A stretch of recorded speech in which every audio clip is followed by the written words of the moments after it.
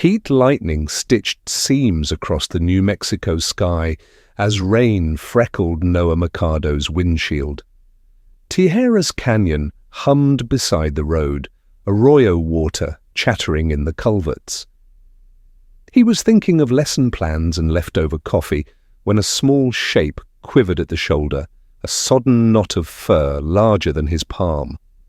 Noah's foot eased the brake. Headlights washed the verge, and two eyeshine discs flashed back, grey-green like river glass. The creature crouched, trembling, ears triangular, and high, the backs dark, with a faint white spot catching the beam. Kitten, he thought, lost or dumped, half drowned in the monsoon. He pulled onto the gravel. The rain smelled of creosote and hot dust, a desert made tender. Memories threatened, a winter wreck years ago, the moment he had frozen on black ice. Not tonight. Not again. Noah clicked on his hazards, shrugged into denim, and stepped out into the wet. "Hey there," he murmured, crouching. The shape shrank, but did not bolt. A sound lifted through the rain, more chirp than meow, thin and questioning. Wind tugged his shirt. Water ran under the guardrail toward the arroyo. Another sweep of the headlights showed a blunt tail, damp and short, banded dark near the tip. "It's okay," Noah said, hand open, voice steady. "I've got you." He refused to hesitate. He reached. He slid one knee into the wet gravel and eased his hands beneath the trembling bundle, using his denim sleeve as a cradle. The fur was colder than he expected, rain slick and gritty, yet beneath the damp, a tawny grey ground showed through, peppered with little soot-black freckles along the flanks. Bars faint as pencil marks ringed the legs. The chin was clean white, the belly, pale with tiny specks, rose and fell in frantic fluttering. Triangular ears twitched. The backs were dark, and near the tips he glimpsed a pinprick white spot like a star. A sound lifted again, soft, breathy, more chirp than meow. "Hey, little one," Noah said, keeping his voice low. "Warm first, everything else after." Small paws unfolded against his palm, pads the color of smoke. The tiny claws slid out and back with a reflexive prick, sharp as sewing needles, then tucked away.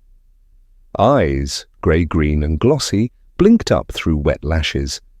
The animal didn't fight. It watched. He carried it to the cab and clicked the heater to high. Warm air rolled from the vents, fogging the glass before the defroster cleared a round porthole.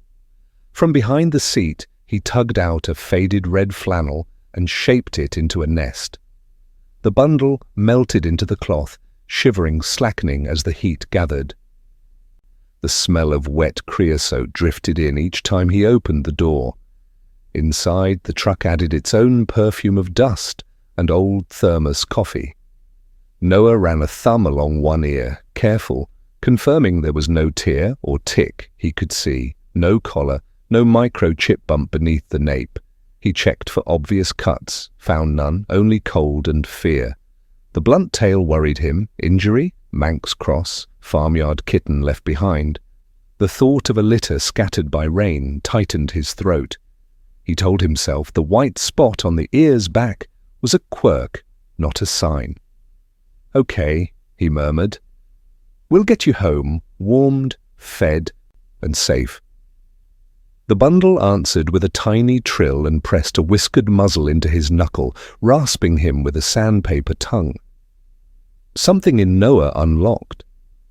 The old scissor-blade memory of freezing shut on black ice gave way, at last, to motion. He felt a small heart thrumming his palm, breath quick against the flannel. A short, banded tail ended dark. Tiny black ear tufts glittered with rain while wipers kept time outside.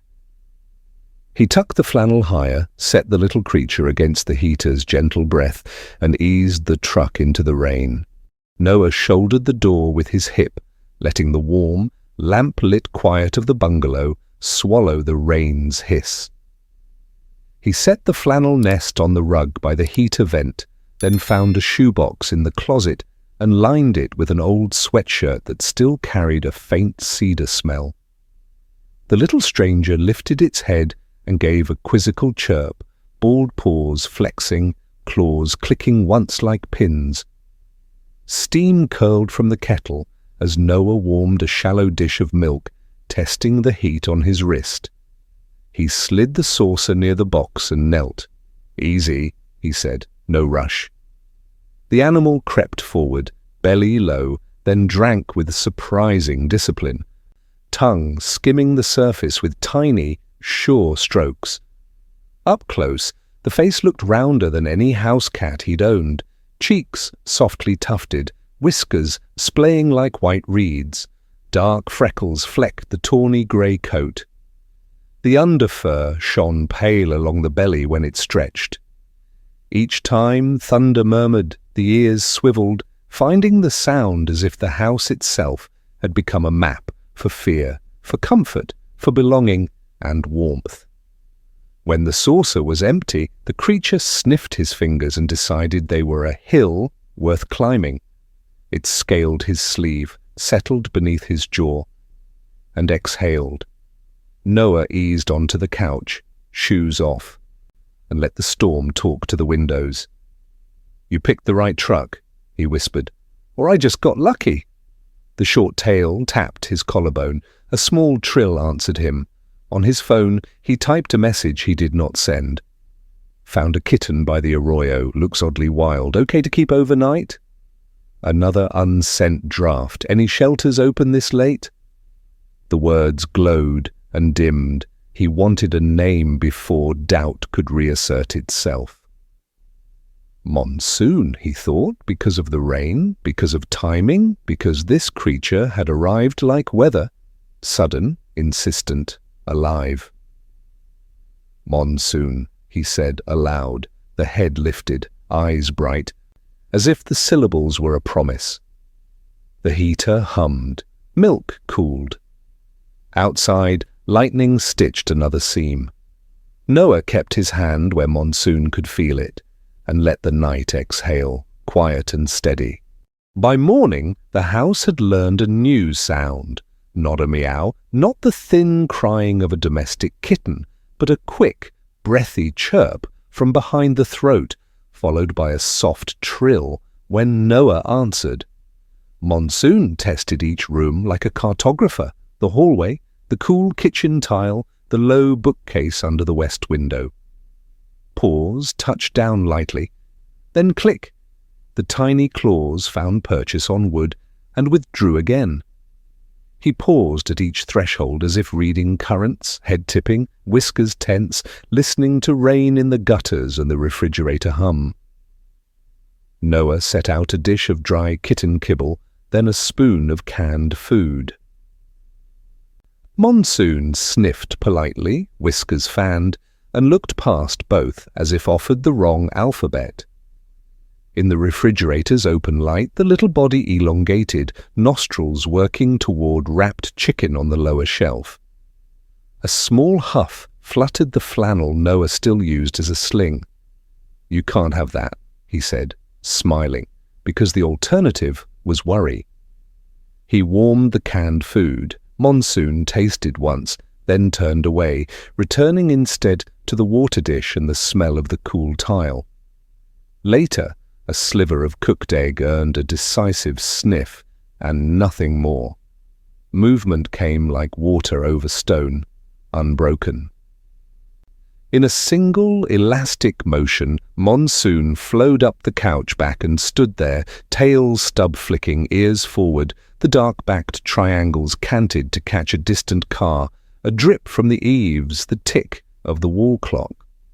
The backs of the ears flashed faint white spots Noah had first seen in the headlights, a cue card for some language he didn't speak. When a moth blundered into the lamp, Monsoon launched, batted it mid-air, and landed soundlessly on the rug, shoulders low, whiskers spread. Not clumsy, Noah thought. Composed. At night, unease arrived softly. From the bedroom doorway, twin grey-green discs threw back the hall lamp's weak glow. The eye shine made a shallow moon of each pupil. Monsoon did not need blankets or burrow under Noah's arm. Instead, he perched on the dresser and watched, head ticking a few degrees at each exhale, as if breath were a trail to read. Once he slipped into the bathroom and chose the cool shower pan over the litter tray, turning in a tight circle, neat as a compass drawing. Feral cat logic, Noah told himself, stroking the dense cheek ruffs.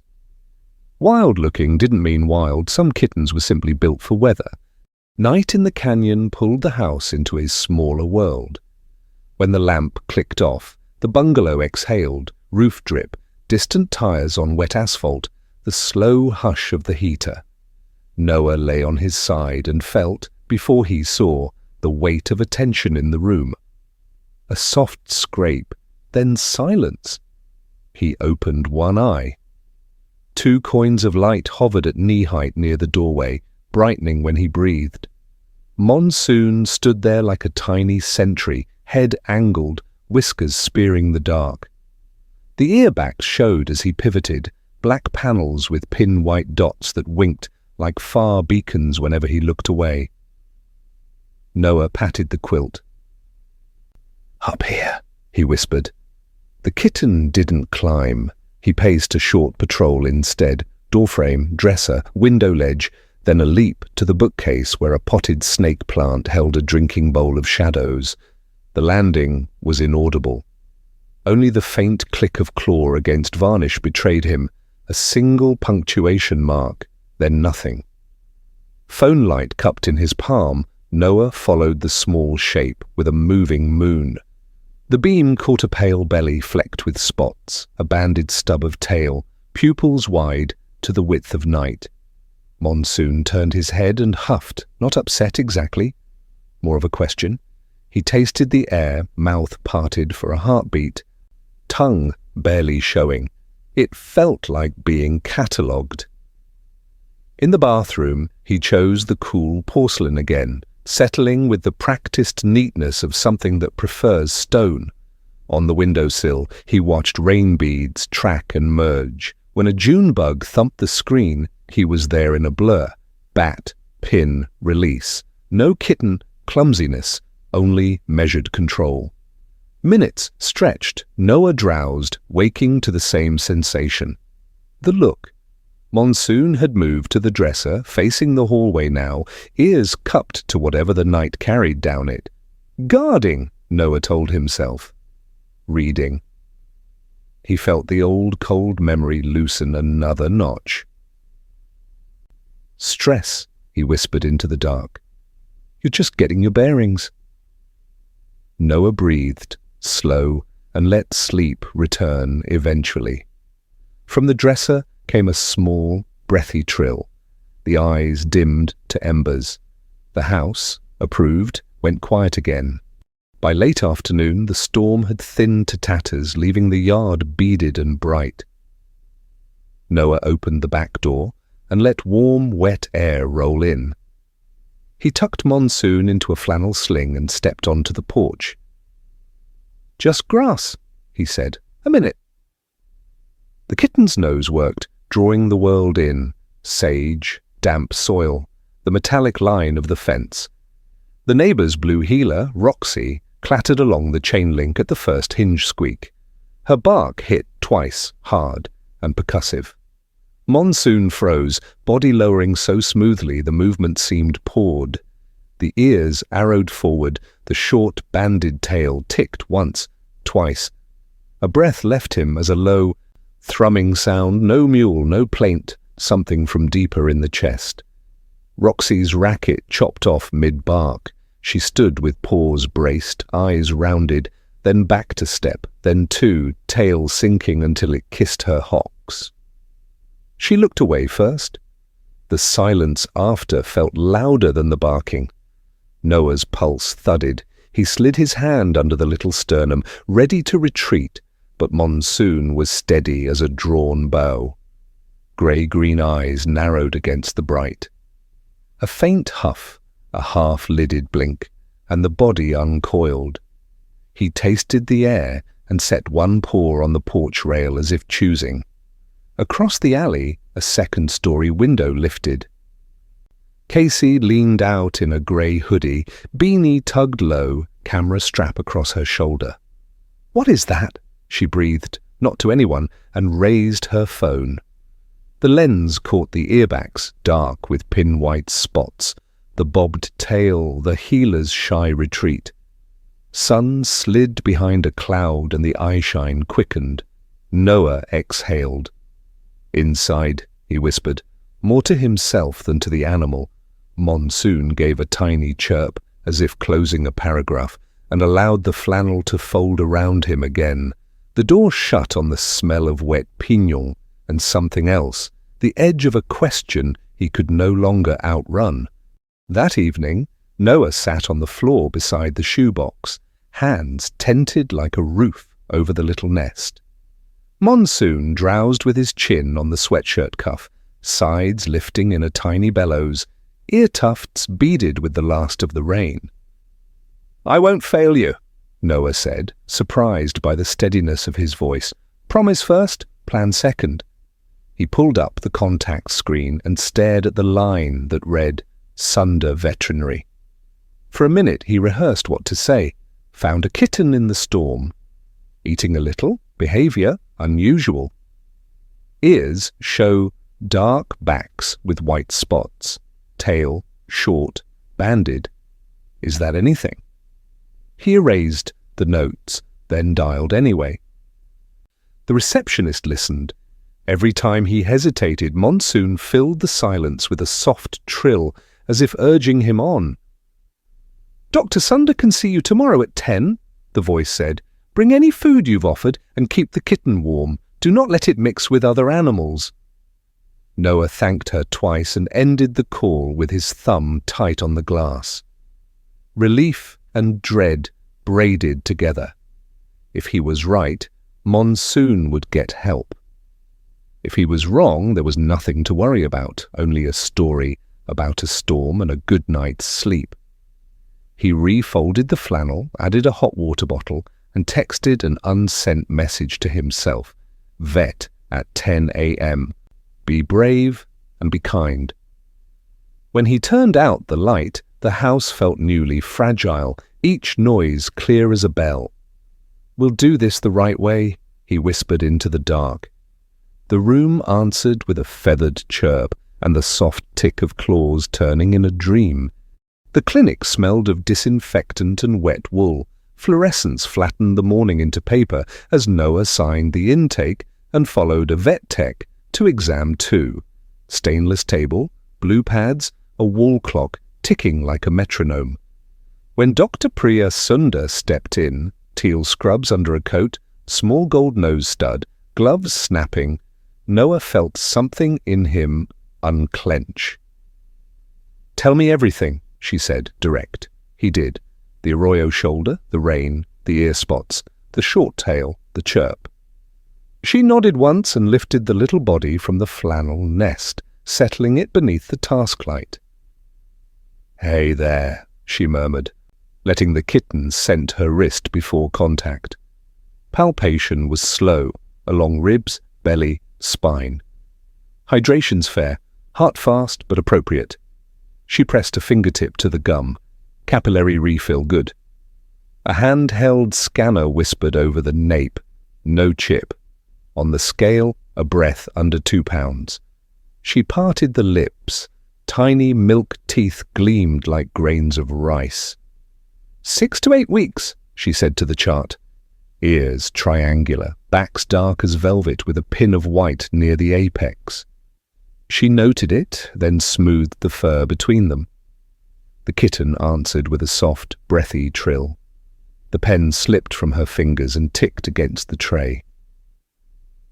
"Sorry," she said, and continued. Forelegs, faint bars like pencil shading. Hind legs, same. Belly, pale, with scattered spotting. Cheeks, fuller than typical. Whisker pads, heavy. Paw pads, slate brown. Tail, bobbed and banded, tip dark above, pale beneath. She listened with her stethoscope, breaths steady, no murmurs, temperature a touch low, likely the storm. She checked the ears for mites, parted the coat for fleas, found none, dense underfur. Noah listened to the clock. "Is anything wrong?" "Not wrong," she said. "Specific." She examined the backs of the ears again, then black ear tufts that beaded with light. "Any vomiting? Diarrhea? Exposure to other pets?" "No, just the storm. I kept him warm. He ate a little." She nodded and turned to the tech. "Please pull the wildlife intake binder and the state rehab portal." The tech moved quickly. Dr. Sunder clicked the task light a notch brighter and angled the head to catch the iris, grey-green, glossy, the pupil a wide black keyhole. The kitten huffed, then stilled, as if curiosity and caution were equal weights on a scale. Her voice, when it returned, was careful. "I need the exact place you found him, cross street, mile marker, everything, and how long he's been with you. Start from the beginning." Noah traced the ridges in the blue pad with one knuckle while the questions unspooled. He gave cross streets, the hour, the smell of wet creosote, the way the headlights found the ear spots like tiny moons. Dr. Sunder listened, eyes narrowed, then set the kitten beneath the magnifier again. She touched the bobbed tail, the barred legs, the cheek ruffs. The room felt like it had tilted. "Mr. Mikado," she said at last, soft but unarguable, "this is not a house cat." His throat clicked. "Then, what is he?" "A bobcat kit," she said. 6 to 8 weeks, healthy considering the storm. The ocelli, those white pinpoints on the backs of the ears, are a signal to other cats. The tail is naturally short and banded, the spotting, the heavy whisker pads, the ear tufts, each alone could mislead. Together, they're conclusive. The word bobcat opened a well inside him. He saw the cabin light on flannel, the milk saucer, the small head tucked beneath his chin, and then, overlaid, a contour map of claws and appetite shaped by a country older than his street. He felt love startle and then brace, as if he could build a fence with it. Dr. Sunder's expression was steady but pale around the mouth. "You did the right thing bringing him," she said. "We need to act quickly and correctly, for him and for you." His fingers, suddenly clumsy, smoothed the flannel as if that could anchor everything in place. Noah nodded, and the motion felt borrowed. Monsoon blinked at him, eyes glossy, and gave a single breathy trill. It sounded like a question he already knew the answer to, but could not yet say aloud. Dr. Sunder rested both palms on the table as if fixing the room in place. "Here's what matters," she said. "He's a wild felid. In this state, it's illegal to possess native wildlife without authorization. Beyond the law, there's biology. Bottle-raising a bobcat teaches the wrong lessons. He learns people, not cliffs or prey. That's called imprinting. Imprinted kits rarely survive release. They linger near houses, test dogs, raid patios, and eventually someone calls a gun." She ticked points on a gloved finger. "Public safety. Claws and teeth you've already felt. Zoonoses, parasites, panleukopenia-like viruses, rarely rabies. Protocols exist for quarantine and exams, but they must happen in a rehab facility, not a living room. And there's fairness to him, the right smells, the right diet, the chance to grow in company of his own kind." Noah listened, hearing the arithmetic of responsibility add up. How did he end up alone? "2 possibilities," she said. "Monsoon storms can flood dens. A mother moves kits and one is dropped or drowned. The highway scatters them. Or," she hesitated, "illegal trade. People take litters for pictures and dump them when trouble comes. The ear spots and tail don't settle that debate. Your description of the arroyo at night argues for the first scenario." She drew a breath. "2 paths from here. One, I file an immediate wildlife intake and transfer him today to the state's licensed rehab partner.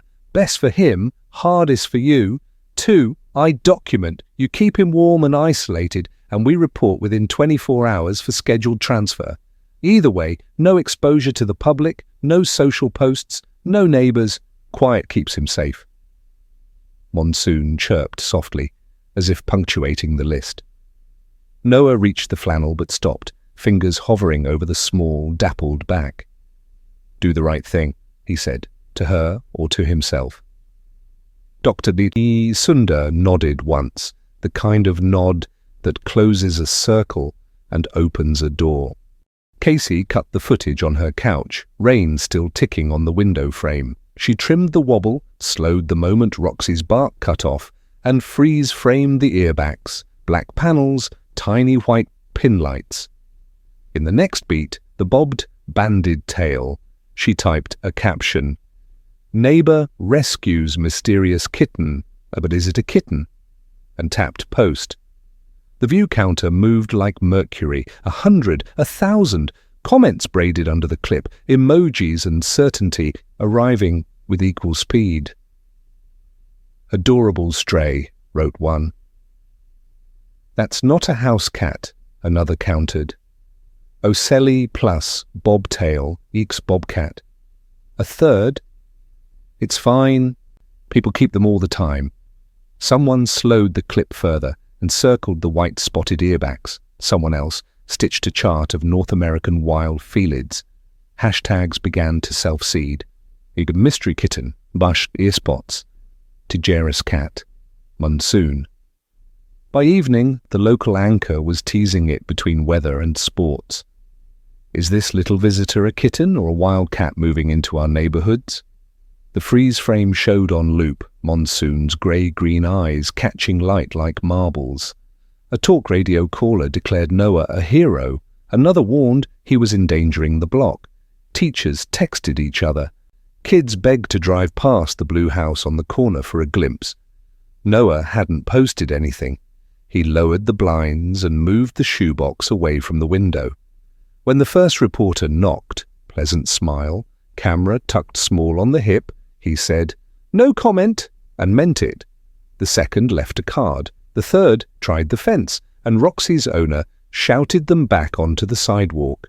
He texted Casey, "Please take the clip down, it's complicated." She stared at the thread, thumb hovering. She remembered the staged rescue she'd once filmed, and the applause that turned to ash when it came out. She replied, "I'll change the caption and disable duets." But the copies had already multiplied, screen recordings, cropped reposts, reaction videos blooming like night flowers. At school, a parent cornered Noah in the lot. "My son loves wild cats," she said, smiling almost apologetically. "But, is it safe?" He said the only true sentence he could. "I'm working with a veterinarian." In the staff room, a para slid him a printout from a wildlife blog. "Why you shouldn't raise bobcat kits." He folded it quietly into his pocket.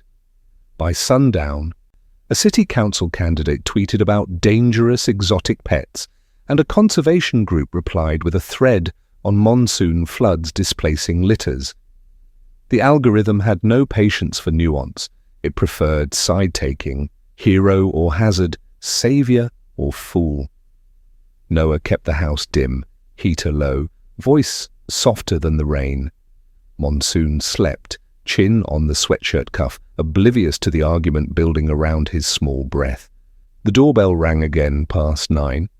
Noah did not move. He imagined the canyon outside, dark and rinsed clean, the arroyo running hard. Somewhere in that blackness were prints shaped like small stars, leading away from houses toward the hills. He breathed with the sleeping kit and waited for morning. Tomorrow he would choose the path that protected both the animal and everyone else involved. Morning came rinsed and cool, a pause the desert offers after it cries. Noah set fresh water by the shoebox and watched Monsoon breathe, small ribs moving like the bellows of a sparrow. When the knock arrived, it was perfectly punctual and unembellished. 3 firm taps, no camera crew behind them. A man in olive uniform stood on the step beneath a wide brim hat, badge bright against sun-washed cloth. "Ranger Miguel Ortega," he said, voice even. "State Wildlife." He showed an ID and a short stack of documents with a blue seal puckered into the paper. "Mr. Mercado, may we talk a moment?" They sat at the table.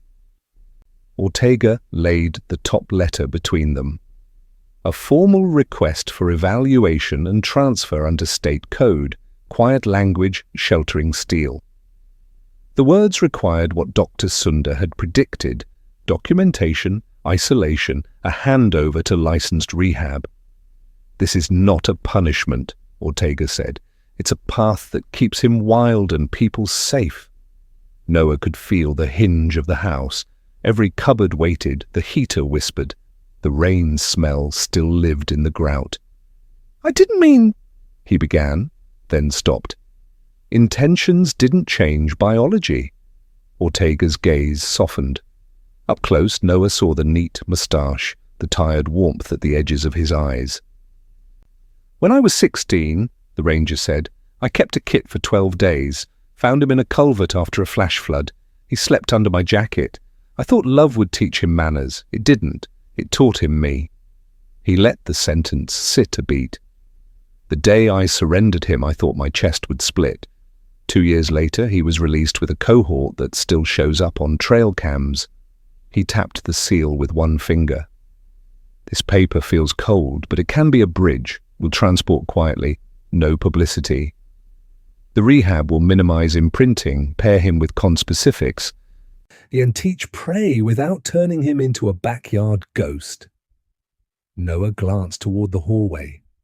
From the bedroom, a soft trill floated, intimate as a memory.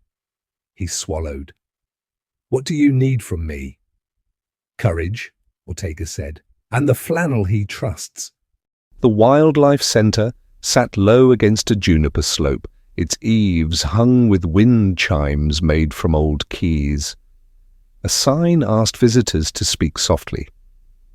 Noah parked beneath a cottonwood and listened to the leaves talk like rain, though the sky had cleared.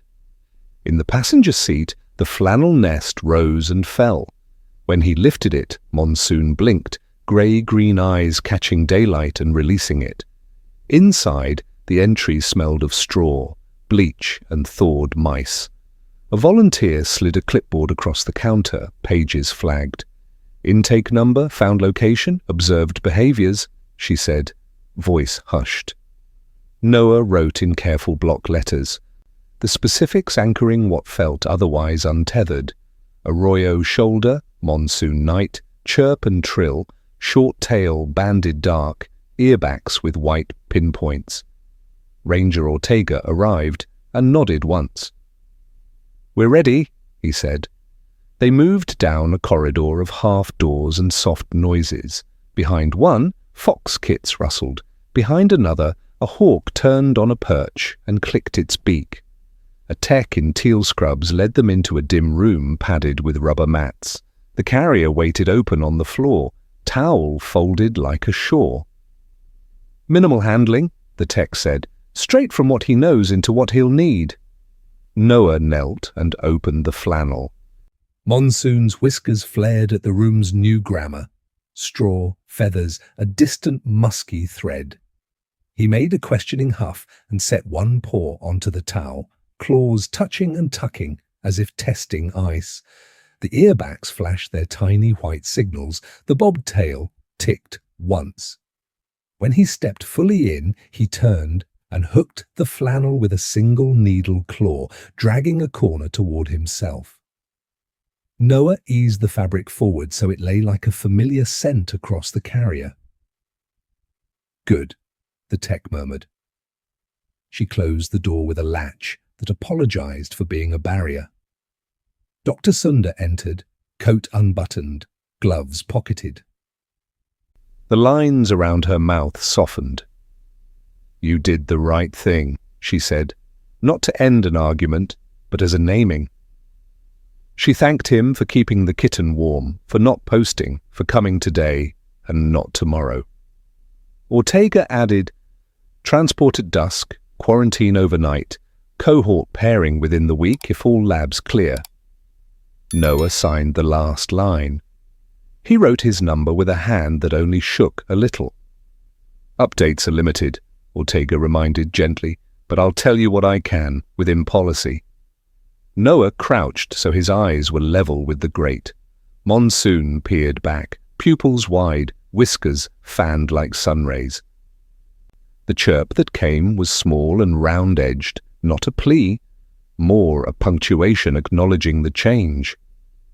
Be wild, Noah whispered. On the way out, he left a folded bill in the donation jar and a note beneath it, for prey practice, for hills, for night. Outside, the afternoon had turned bright as bone. He stood a minute beneath the cottonwood, letting the wind move the shadow over him until it felt like blessing rather than loss. Then he drove home in a quiet that at last held room for rightness. Days arranged themselves into a quieter pattern.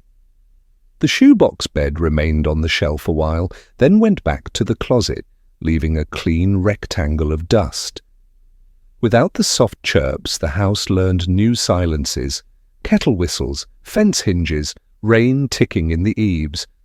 When storms rolled through, the rooms filled again with creosote and memory, and Noah stood by the window and let the smell arrive without breaking him.